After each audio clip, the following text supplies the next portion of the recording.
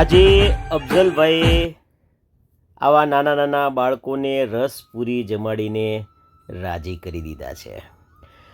આશુતોષ અન્નક્ષેત્ર તળાજા આજના દાતા અફઝલભાઈ જમાણીના જન્મદિવસે તેમજ તેમની લાડકી દીકરી અલીઝાને 10મા બોર્ડની એક્ઝામમાં 97.89 PR લાવવાની ખુશીમાં દરિદ્ર બાળકોને જમાડ્યા છે.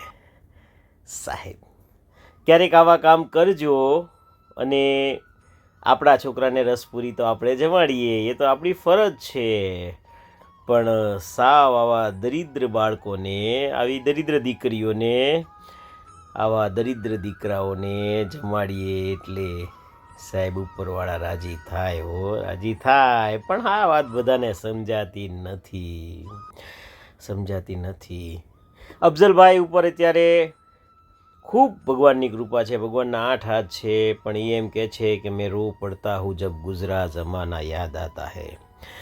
સાવ ઝીરોમાંથી એમણે શરૂઆત કરી છે અને ખૂબ સંઘર્ષ કર્યો છે. સાવ નાના હતા ત્યારથી જ એમના પિતાજી આ દુનિયા છોડીને ચાલ્યા ગયા હતા અને મહેનત કરીને અને સાથે સાથે આવી મહેરબાની પણ લઈને એ આગળ વધ્યા છે. ખાલી મહેનત કરવાથી આગળ વધાતું નથી. અમુક 24 કલાક મહેનત કરે છે, આપણે જોઈએ છીએ. સાથે મહેરબાની પણ લેવી પડે. તો મહેરબાની કેવી સાહેબ? આવી રીતના જેની સાથે કંઈ પણ સંબંધ ન હોય અને તમે કામ કરો એટલે આ પૈસા ગુણાકાર થઈને આવે તે.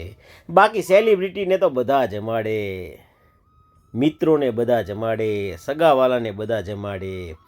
પણ ખરેખર જો આશીર્વાદ લેવો હોય તો આવા બાળકોને જમાડજો. પહેલાં અમે પણ સ્કૂલમાં જ જમાડતા હતા, પણ સ્કૂલમાં કોના બાળકો? મારા ને તમારા. પણ જો દરિદ્ર બાળકો જમાડવા હોય તો આવી રીતે ઝૂંપડપટ્ટીમાં જમાડવા જાજો. આ કોઈ ચાઇલ્ડ આર્ટિસ્ટ નથી કે બધા દાંત કાઢે. ખરેખર આજે રસપૂરી જોઈને આ બાળકો રાજી થઈ ગયા. અફઝલભાઈને જન્મદિવસની શુભેચ્છા અને બેનને 97 PR લાવવા બદલ ખૂબ ખૂબ અભિનંદન. શિવ શિવ.